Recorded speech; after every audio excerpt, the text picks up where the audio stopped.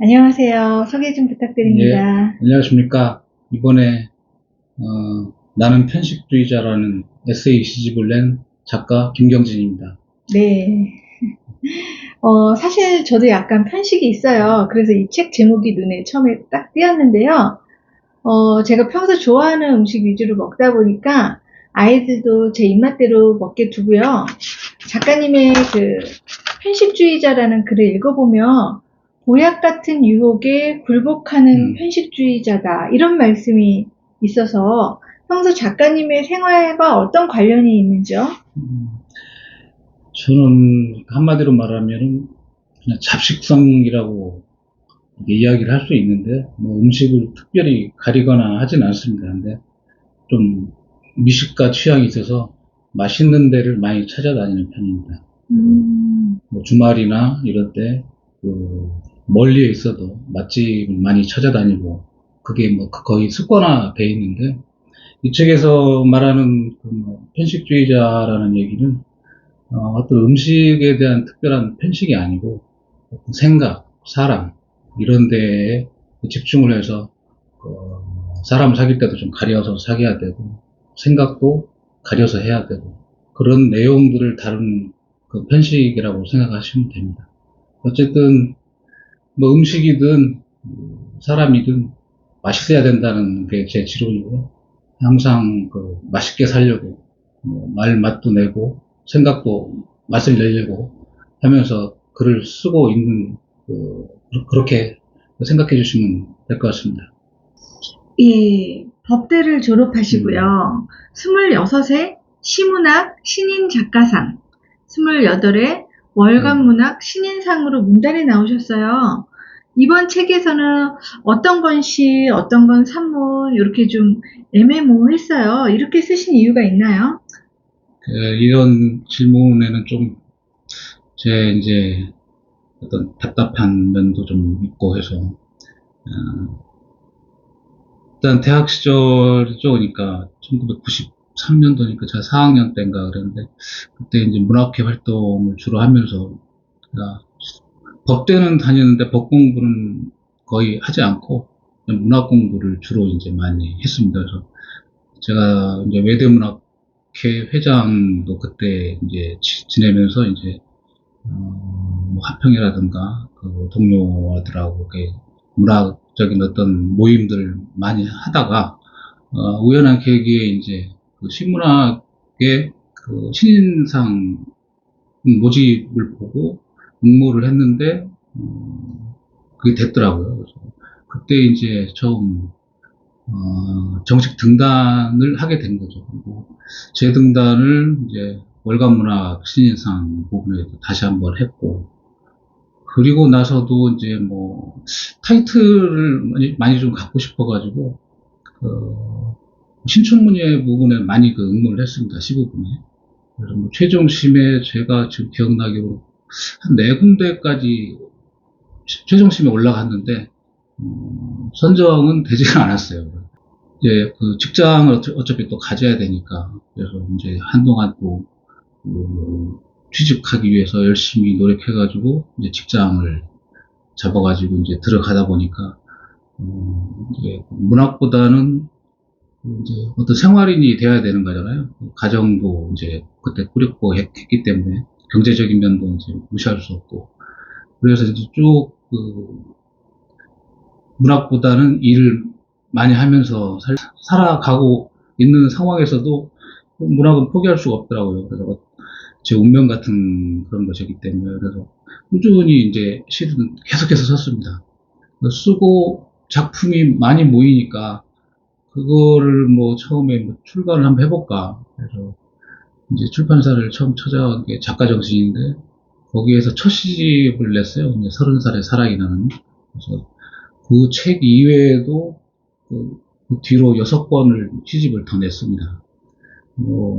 어쨌든 시는 꾸준히 썼고 작품들은 계속 모이니까 그때그때 한 2, 3년 뭐 길게는 4년 이렇게 이제 뜸을 기간을 두면서 책을 계속해서 냈거든요. 이제 뭐 그러다 보니까 이제 어떤 주목받지는 못하고 문학이라는 그 문단이라는 그 중심에는 들어가지 못하고 이제 변방에서만 주로 이제 활동을 하다 보니까 처음에는 자괴감도 많이 들었고 열심히 노력했는데 그러니까 작가 회의라든가 군인협회라든가 물론 이런 그 활동도 많이 했었거든요. 주위 이제 사람들이 이렇게 어려운 시를 왜 쓰느냐 그런 얘기들을 저한테 이제 많이 하더라고요. 제 책을 본 사람들도 그렇고 김경진이라는 사람의 시는 기존 그 어려운 난해한 시하고는 좀 다르더라. 좀 읽기가 좀 편한 부분들이 많더라.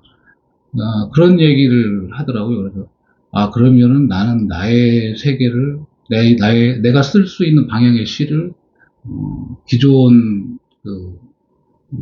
기성 문단의 시인들이 쓰는 방식하고 좀 다르게 보면 어떨까. 지금 시가 되게 어렵잖아요.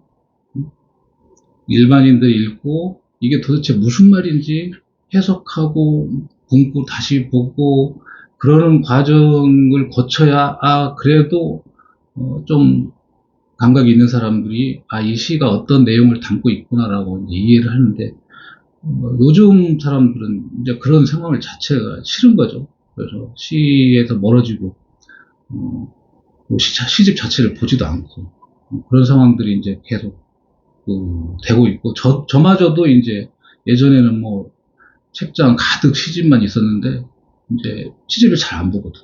제가 봐도 어려워요. 너무 어렵습니다. 그러니까 이런 글을 써서 또 자기들끼리 리그를 만들어가지고 그런 과정을 거쳐야 거기에 내가 계속해서 남아 있어야 되나. 나는 좀 더 쉽게 누구나 읽고 누구나 쉽게 읽고 이해하고 그냥 이해 안 해도 술술술 익히는 그런 글을 좀 쓰자. 그래서 제 나름대로 생각해서 방법을 찾은 게 에세이도 되고 시처럼 보이고 그러니까 하나 에세이와 시의 경계를 이렇게 왔다 갔다 자유롭게 넘나들게 무조건 글은 쉬워야 된다. 그래야 책 한 권 안 읽는 사람도 가볍게 읽고 넘어갈 수 있는 거 아닌가 그런 생각에서 이제 처음에는 CSA라고 했다가 좀 어감이 이상해서 에세이시로 이제 책을 내면서 첫 책을 내면서 이제 바꿨는데 이제 그 첫 책이 나를 중독시킨 한마디 괜찮아라고 이제 에지라는 그 대전에 있는 그 시집 전문 출판사에서 첫 그 책을 내서 했는데 반응은 좀 있었어요. 이거 쉽다. 이거 시도 아니고 긴 에세이도 아니고 길어야 한 면 두 바닥 이 정도밖에 안 되고 또 짧으면 몇 줄 되지도 않고 그러다 보니까 이런 글도 통용이 될 수 있구나 사람들이 그래서 그 뒤부터 이제 저는 그 방향으로만 계속해서 지금 글을 쓰고 있습니다. 자유롭게 에세이하고 시 경계에 서가지고 넘나들고 그리고 또 어려운 말도 가급적 안 쓰고 쉬운 말 평상어 그리고 단어를 막 꼬거나 문장을 꼬아가지고 사람들이 생각하게 할 필요가 없기 때문에 그냥 평상으로 하는 말을 이제 쓰면서 글을 지금까지 쓰고 있고 특별한 계기가 없는 한 앞으로도 이런 글쓰기는 계속 할 생각입니다. 안 그래도 선생님 덕분에 어떤 학생이 에세이를 쓰고 있는데요.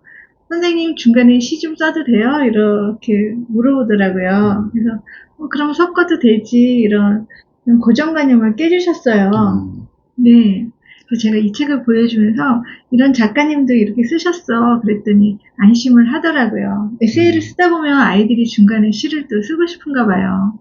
선생님 책을 정말 많이 내셨잖아요. 여기 보면 취향대로 살게요. 또 오늘은 그립다고, 또 나를 중독시킨 한마디 괜찮아. 네. 여전히 이기적인 나에게. 이것도 이 책이 아마 에세이집 제가 낸 것 중에 제일 많이 팔린 것 같아요.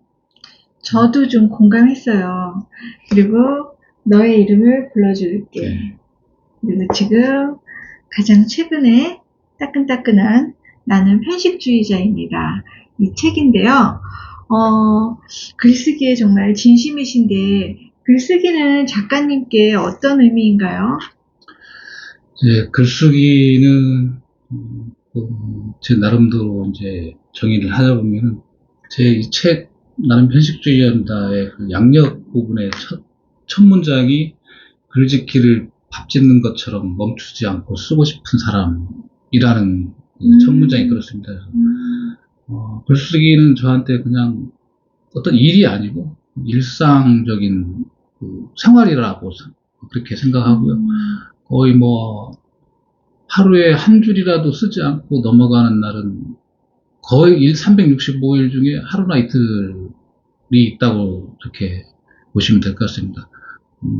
한 편의 글을 완성하기도 하고, 하루에 감성이 돋으면은 3편, 4편도 쓰고, 그러니까 일정하게 시간을 두고 글을 써야겠다. 그런 게 아니고, 언제든지 무슨 상황을 보거나, 떠오르는 그 영감이 있거나 그러면 그 자리에서 바로, 지금은 예전에는 메모지, 볼펜 다 들고 다니고 그랬어야 되는데, 지금은 스마트기기가 너무 잘 돼 있기 때문에 아무 데서나 핸드폰 꺼내서 입력하기도 하고, 운전 중에 뭐가 떠오르면은 그 녹음 버튼 눌러가지고 그 말로 해놓고 나중에 이제 글로 옮겨 쓰고, 거의 이제 생활에서의 글쓰기다 그렇게 이제 말씀드리고 싶습니다.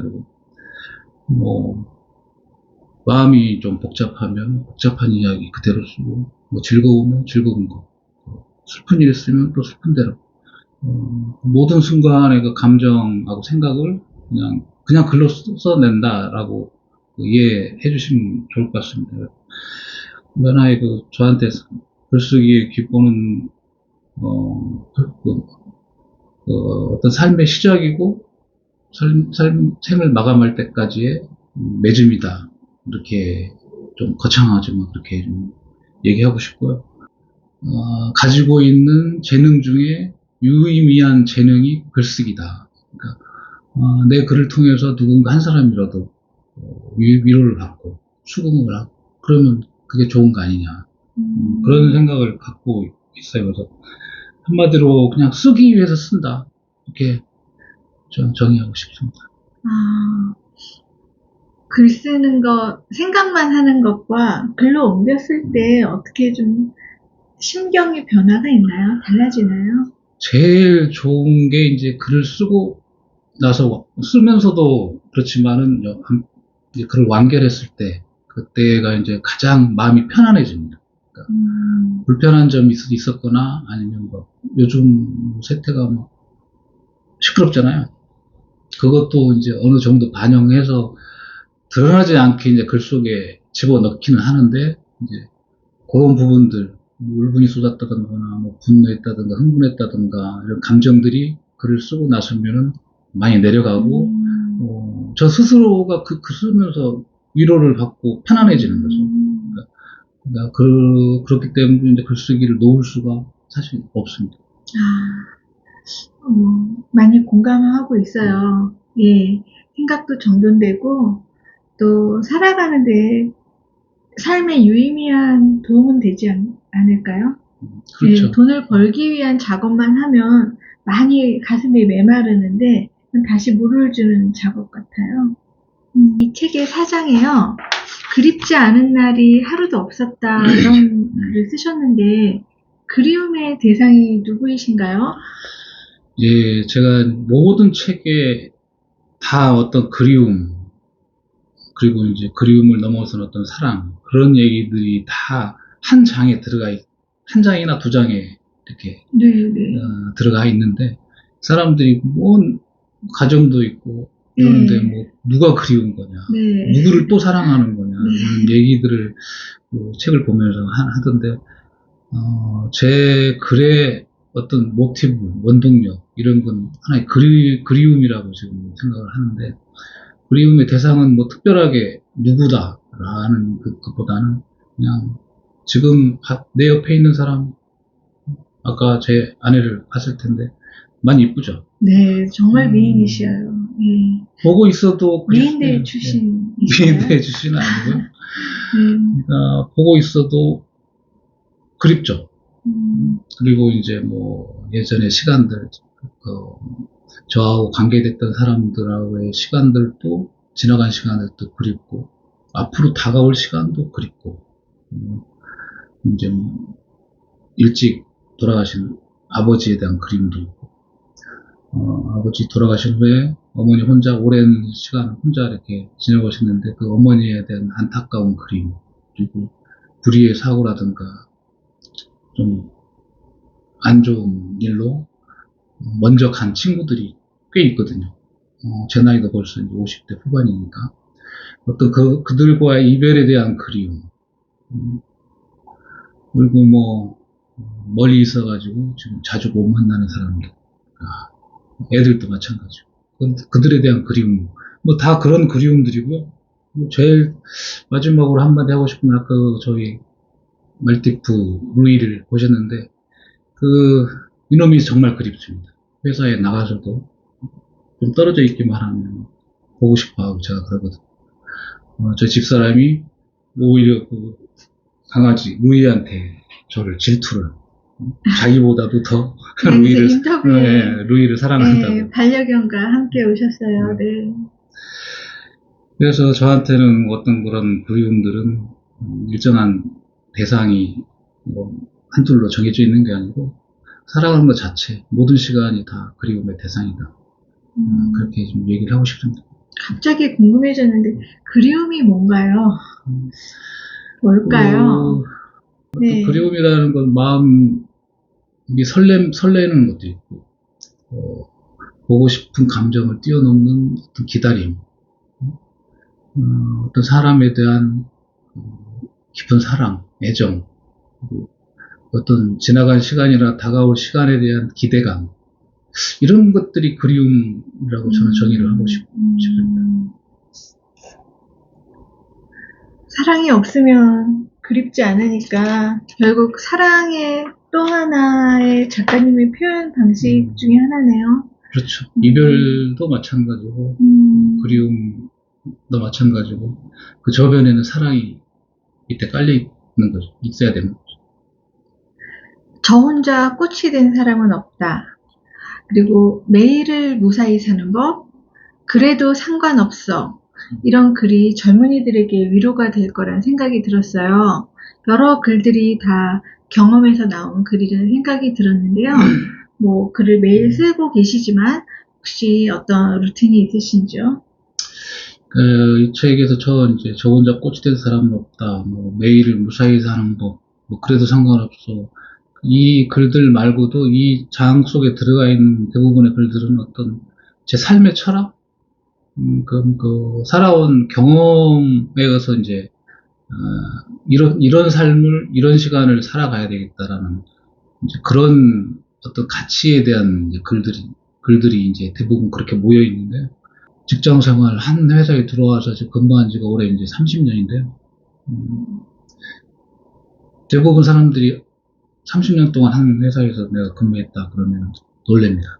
뭐, 한 번도 옮기지 않았느냐, 중간에 뭐, 다른데 뭐, 눈 팔지 않았느냐, 그런데, 제가 다니는 직장에 한번 사람들이 들어오면 안 나갑니다. 등을 떠밀어도 안 나가요. 좋은가 봐요. 일단, 직장입니다. 안정적이고, 정년이 보장되어 있으니까, 특별한 잘못만 없습니다. 근데 저도 이제 내년이면 이제 31년 차인데, 이제 간부직 직원들은 이제 명예퇴직을 합니다.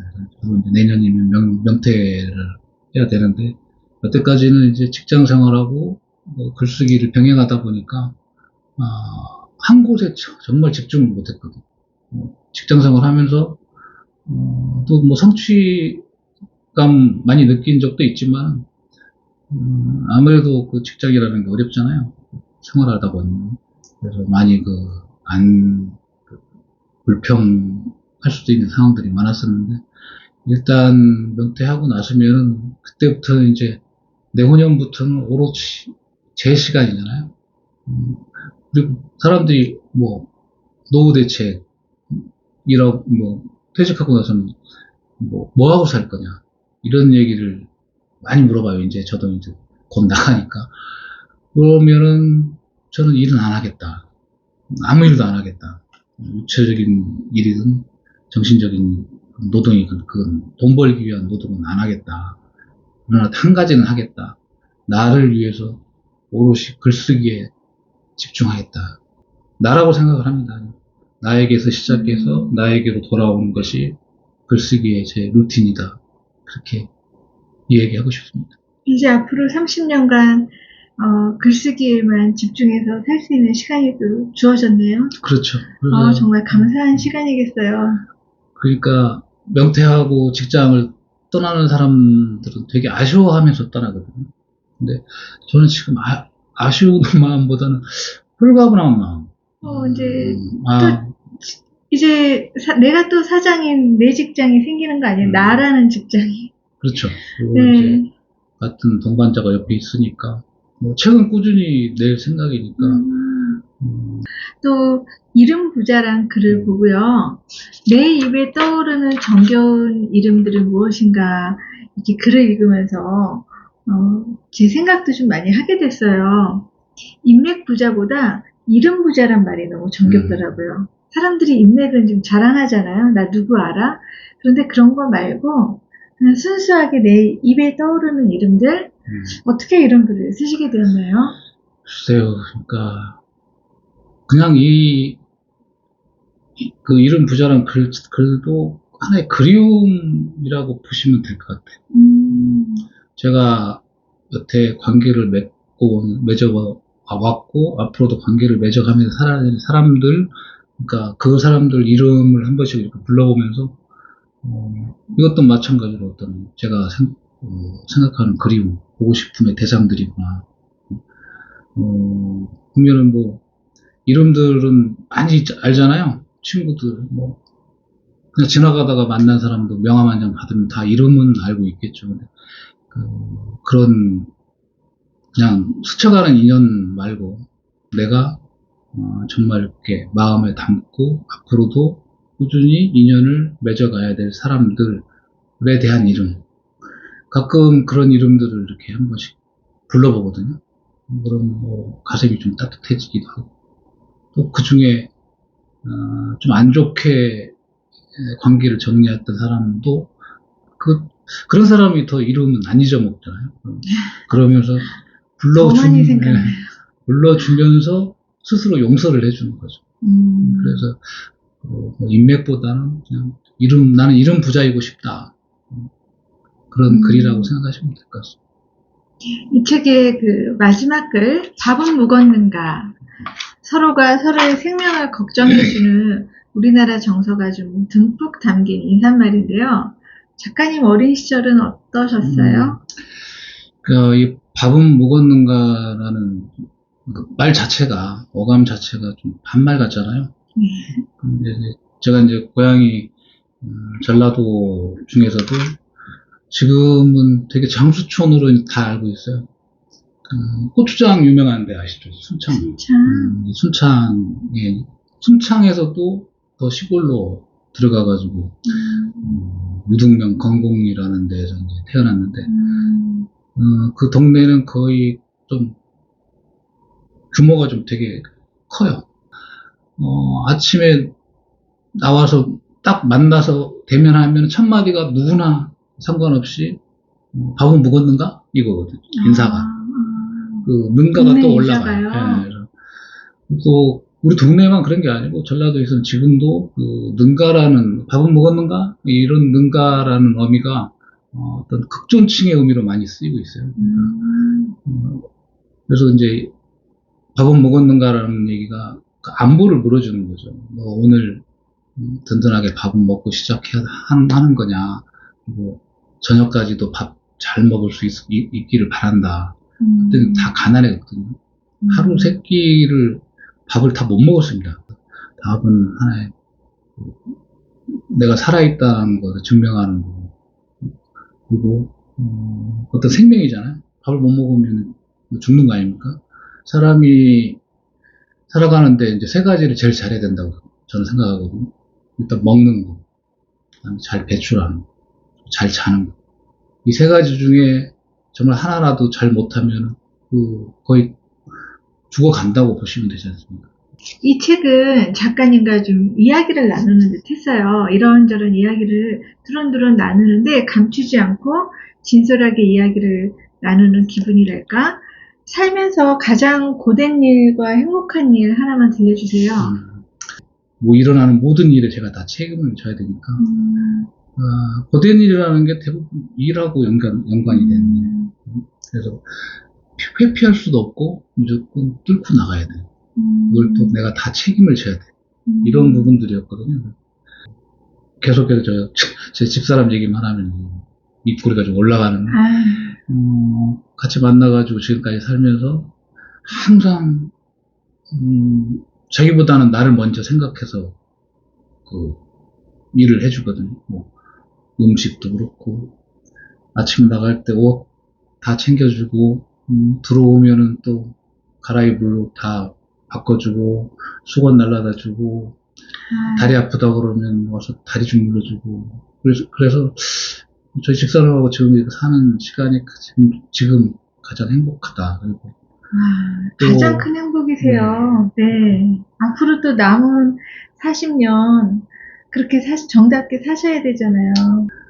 지금 같이 이렇게 지내는 시간, 지금이 나는 가장 행복하다라고 생각합니다. 챙겨주시는 사모님, 예쁜 막내 루이, 그 다음에 글쓰기, 그 퇴직을 앞뒀지만 또 다른 분과 달리 새로운 시작의 출발점이고, 그죠? 모든 행복을 이렇게 다 가지신 행운이 가득하신데요. 뭐 거저 듣겠습니까? 잘 살아오셨기에 받은 복이죠. 오늘 따뜻한 이야기 감사드리고요. 글을 쓰는 작가님의 행보에 깊은 존경을 표합니다. 예, 오늘 만나 뵈어서 정말 영광이었습니다. 저도 처음 이런 인터뷰를 해봤는데 되게 많이 설레기도 했고 부담도 많이 됐고 잘 말을 할 수 있도록 옆에서 이렇게 해주니까 편안하게 잘 한 것 같습니다. 감사합니다. 네, 저도 초보인데요. 이렇게 소중한 책, 글 작가님 남겨두면 두고두고 볼 수 있으니까 또 10년 뒤에 영상 보면 그때 참 젊었다 이러지 않을까요? 네, 감사합니다. 고맙습니다.